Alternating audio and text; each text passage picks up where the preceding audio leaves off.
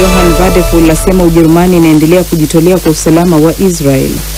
Na China imekosoa mpango uliouita wa kibaguzi wa Marekani kubatilisha visa za wanafunzi wake.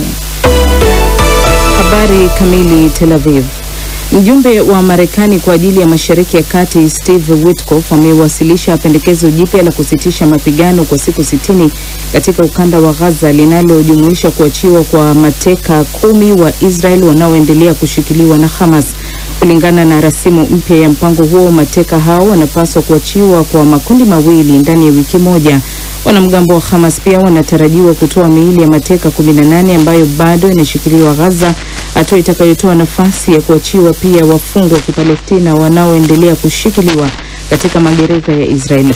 Ndani ya miezi miwili ya utulivu kunatarajiwa kufanyika mazungumzo kati ya Israel na Hamas ya kujaribu kumaliza mgogoro wa miezi 20 uliochochewa na uvamizi wa Hamas kusini mwa Israel tarehe 7 Oktoba mwaka 2023. Pendekezo hilo pia linaeleza kuwa usambazaji wa misaada katika ukanda wa Gaza urejeshwe chini ya shirika la Umoja wa Mataifa na mashirika mengine ya kimataifa ya misaada ya kiutu. Washington.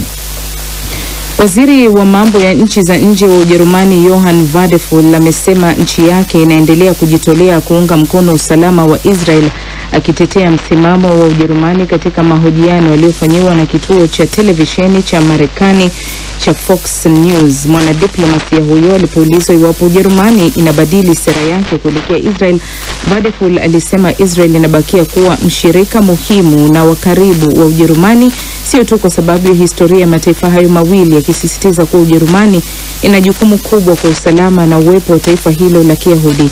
Lakini wakati huo huo alitambua kuzorota kwa hali ya kibinadamu katika ukanda wa Gaza na kuitolea wito Israel kuridhia misaada ya kiutu kufikishwa huko.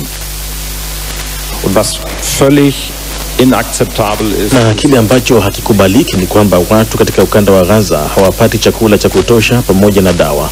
Na hiyo kusema la ukweli ndio jambo ninalozungumza na mwenzangu Gideon Saar ambaye pia atakuja mjini Berlin hivi karibuni.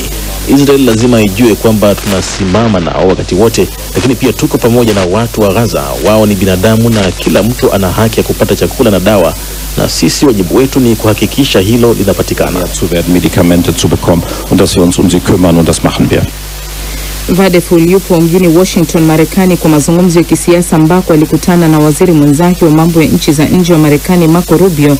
Ziara yake pia inanuiwa kuweka msingi wa ziara ya kansela wa Ujerumani Friedrich Merz mjini Washington inayotarajiwa kufanyika hivi karibuni. Beijing.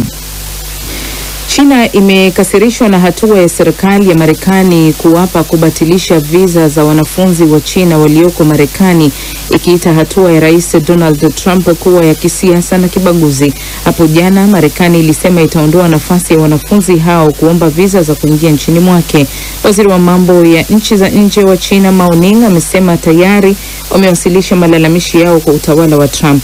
Visa za wanafunzi hao zinachangia kiwango kikubwa cha mapato ya vyuo vikuu nchini Marekani. Waziri wa mambo ya nchi za nje wa Marekani Marco Rubio amesema taifa lake pia litaimarisha ukaguzi wa visa za wanafunzi wote kutoka China na Hong Kong. Marekani imechukua uamuzi huo kutokana na maandamano ya mara kwa mara ya wanafunzi katika vyuo vikuu. Moscow.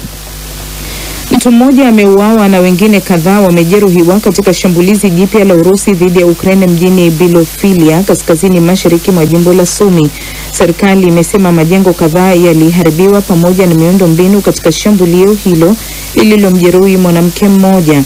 Watu wengine 3 walijeruhiwa katika shambulizi la droni kwenye eneo la viwanda la Dnipropetrovsk, kulingana na gavana wa jimbo hilo Sihi Lisaka. Majengo ya wakazi yaliharibiwa na paneli 30 za kuzalisha nishati pia ziliharibiwa. Cairo.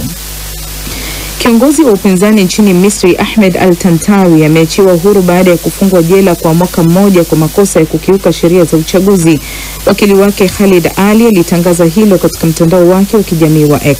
Al-Tantawi alionekana kuwa mpinzani mkuu wa kipekee wa rais wa sasa wa Misri Abdel Fattah al-Sisi katika uchaguzi uliofanyika mwaka 2023. Aliondolewa katika kinyang'anyiro hicho cha kuwania urais wakati huo baada ya kushindwa kupata uungwaji mkono wa wengi ili kugombea. Al-Tantawi alishutumu moja kwa moja serikali na watu waliotiifu kwa Al-Sisi kuwatatiza uungaji mkono wake. Rais Abdel Fattah Al-Sisi aliingia madarakani mwaka 2014, mwaka mmoja baada ya jeshi lililoongozwa na Al-Sisi mwenyewe kumwondoa madarakani rais aliyechaguliwa kwa njia ya kidemokrasia Mohamed Morsi. Na huo ndio mwisho wa taarifa ya ulimwengu kutoka DW Bonn. DW Dunia Yetu Leo Mchana.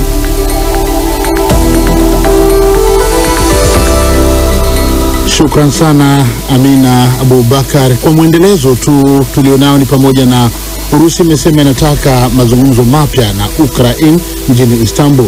Waziri wa mambo ya nchi za nje wa Ujerumani Joachim Wadephul yupo nchini Marekani na tayari ameshakutana na mwenzake wa huko Marco Rubio. Na Chadema Tanzania yaanzisha kampeni rasmi ya hakuna mabadiliko, hakuna uchaguzi. Tunahitaji saini milioni 15 tuzipeleke Umoja wa Mataifa kuambia Watanzania wamekataa wizi wa uchaguzi. Kila mtu saini.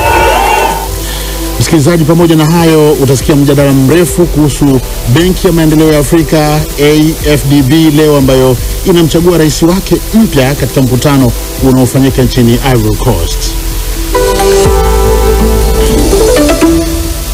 Tunaanza na mgogoro wa Urusi na Ukraine, ambapo sasa Urusi imesema inataka mazungumzo mapya na Ukraine mjini Istanbul Jumatatu ijayo. Moscow inataka kuwasilisha mpango wake wa suluhisho la amani, lakini Kiev inasema inahitaji kuliona kwanza pendekezo hilo ili mkutano huo uzae matunda. Bruce Amani na undani wa ripoti hii. Juhudi za kidiplomasia za kumaliza vita hivyo vilivyodumu kwa miaka mitatu zimeshika kasi katika miezi ya karibuni, lakini Moscow imekataa mara kwa mara miito ya kusitishwa mapigano bila masharti na kutoonyesha dalili za kupunguza masharti yake.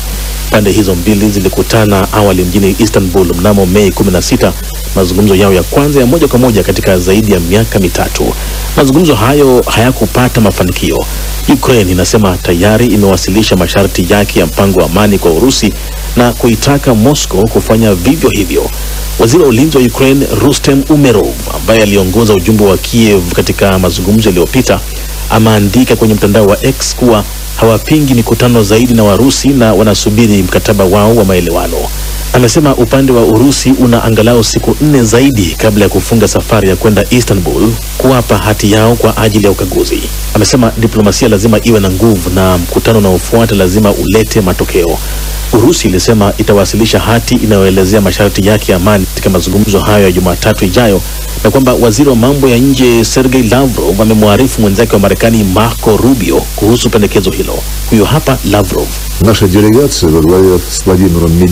Ujumbe wetu ukiongozwa na Vladimir Medinsky uko tayari kuwasilisha hati yetu ya mapendekezo kwa ujumbe wa Ukraine na kutoa maelezo muhimu wakati wa duru ya pili ya mazungumzo ya moja kwa moja huko Istanbul Jumatatu Juni 2 июня.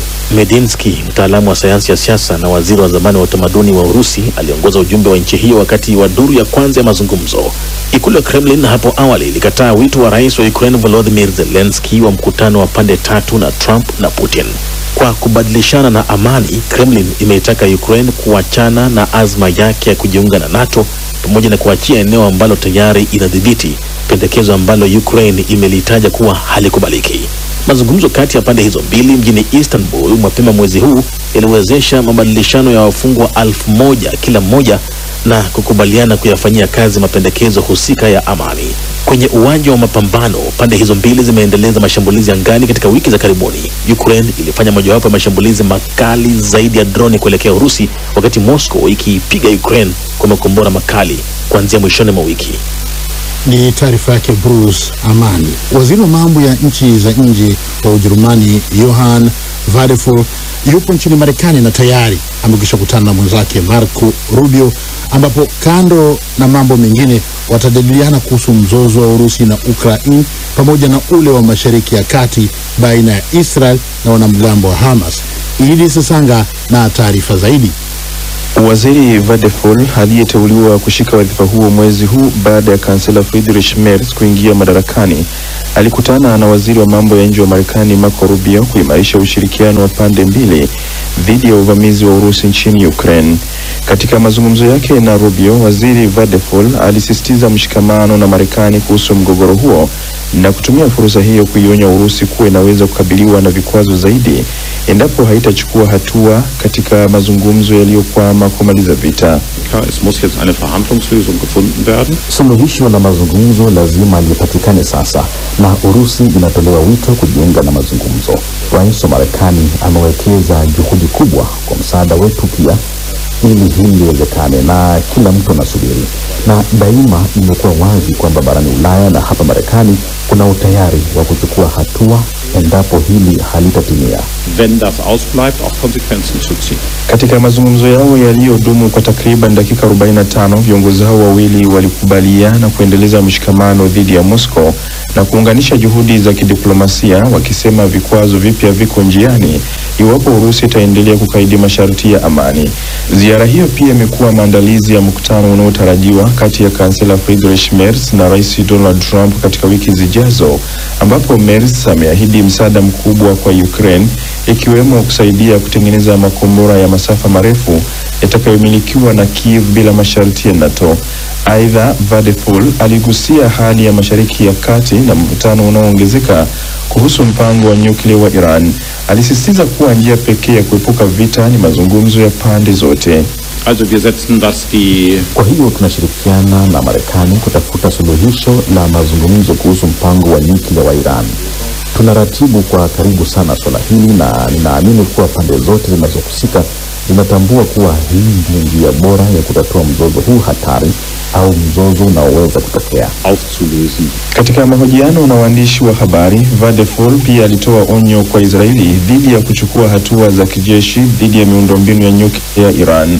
Alisisitiza kuwa njia ya kidiplomasia ndio suluhisho bora zaidi kuzuia mzozo mkubwa wa kanda hiyo, akisema anaamini kuwa kila upande unajua wazi kuwa hii ndio njia salama na ya busara zaidi ya kushughulikia mzozo huu unaotishia kuibuka. Katika ratiba yake mjini Washington, Vadeful pia aliwakumbuka waathirika wa shambulizi la hivi karibuni dhidi ya wafanyakazi wa ubalozi wa Israeli kwa kuweka maua katika jumba la makumbusho la Wayahudi, na baadaye alikutana na katibu mkuu wa shirikisho la nchi za Amerika OAS Albert Ramdin kujadili amani, demokrasia na uhuru wa vyombo vya habari. Waziri huyo hakufanikiwa kukutana na baadhi ya wanasiasa mashuhuri wa Marekani kama ilivyo kawaida katika ziara za kwanza, lakini alikutana na wawakilishi wa taasisi za utafiti na kuendeleza mawasiliano ya karibu na Rubio, ambaye ni mshirika wa karibu wa Rais Trump. Katika kumpongeza Rubio kwa kutimiza miaka 54 ya kuzaliwa, Vadeful alimkabidhi zawadi ya bango la mchezo wa timu ya Miami Dolphins kama ishara ya urafiki wa kidiplomasia unaozidi kuimarika. DW tunavuma kwa kishindo.